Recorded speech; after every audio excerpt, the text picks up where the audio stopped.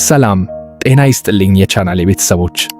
ሰሞኑን የፈተና ወቅት እንደሆነ አውቃለሁ።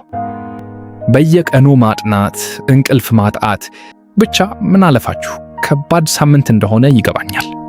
ነገር ግን ተረጋጉ። ዛሬ በዚህ ቪዲዮ በፈተና ወቅት የሚገጥመንን ጭንቀት እንዴት እንደምናስወግድ 5 ወሳኝ ነጥቦችን ይዤላችሁ መጥቻለሁ። አንደኛው ነጥብ የፖሞዶሮ ቴክኒክን መጠቀም ነው። የመጀመሪያውና ትልቁ ስህተት ለሰዓታት ያለ እረፍት ለማጥናት መሞከር ነው። ይሄ አእምሮአችን እንዲደክምና ያነበብነውን በፍጥነት እንድንረሳ ያደርገዋል። በምትኩ 25 ደቂቃ በጥልቀት አጥና፣ ከዚያ ለ5 ደቂቃ እረፍት ውሰድ። ይህንን 4 ጊዜ ካደረግክ በኋላ ደግሞ ረዘም ያለ የ20 ደቂቃ እረፍት ውሰድ። ይህ አሰራር አእምሮህ ሳይሰልች ረጅም ሰዓት እንድታጠና ይረዳሃል። ሁለተኛው ስልክህን አጥፋው ወይም ሌላ ክፍል አስቀምጠው። ስልክ የትኩረት ጠላት ነው።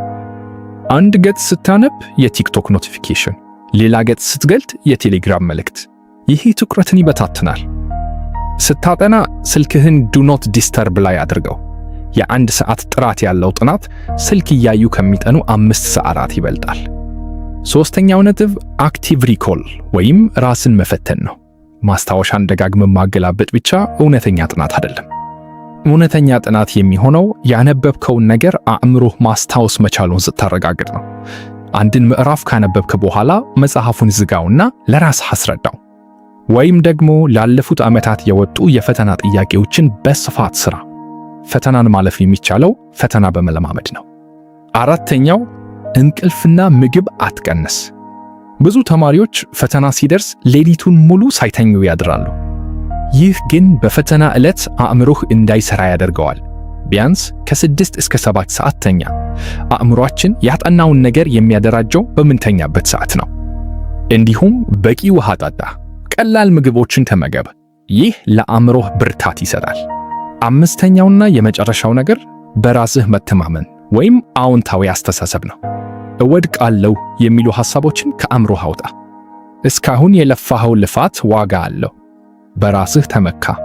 ጠንክረህ ሰርተሃልና ውጤቱ ያምራል። እንግዲህ ውድ ተማሪዎች፣ ፈተና የሕይወት ማጠቃለያ ሳይሆን የአንድ ምዕራፍ ማለፊያ ብቻ ነው። ተረጋጉ፣ የበኩላችሁን ጥረት አድርጉ። ይህ ቪዲዮ ጠቃሚ ሆኖ ካገኛችሁት ላይክ ማድረጋችሁን አትርሱ። ለጓደኞቻችሁም ሼር አድርጉላቸው። ለቻናሉ አዲስ ከሆናችሁ ሰብስክራይብ በማድረግ ቤተሰብ ሁኑ።